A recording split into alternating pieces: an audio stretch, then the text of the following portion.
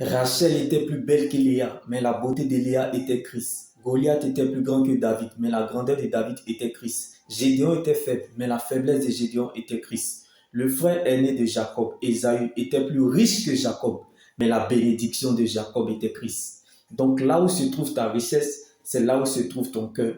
Je ne sais pas pour toi, mais que Dieu prenne donc la forme de ce qui te manque. Car la véritable stabilité d'un enfant de Dieu ne dépend pas du confort. La vraie joie dans le Seigneur ne dépend pas du climat extérieur, ni de ce qu'on a dans nos poches ou dans nos mains, mais de la présence de Dieu dans le coffre de notre cœur. Heureux l'homme qui cherche la présence de Dieu malgré les difficultés, car Jésus n'abandonne jamais ceux qui le cherchent.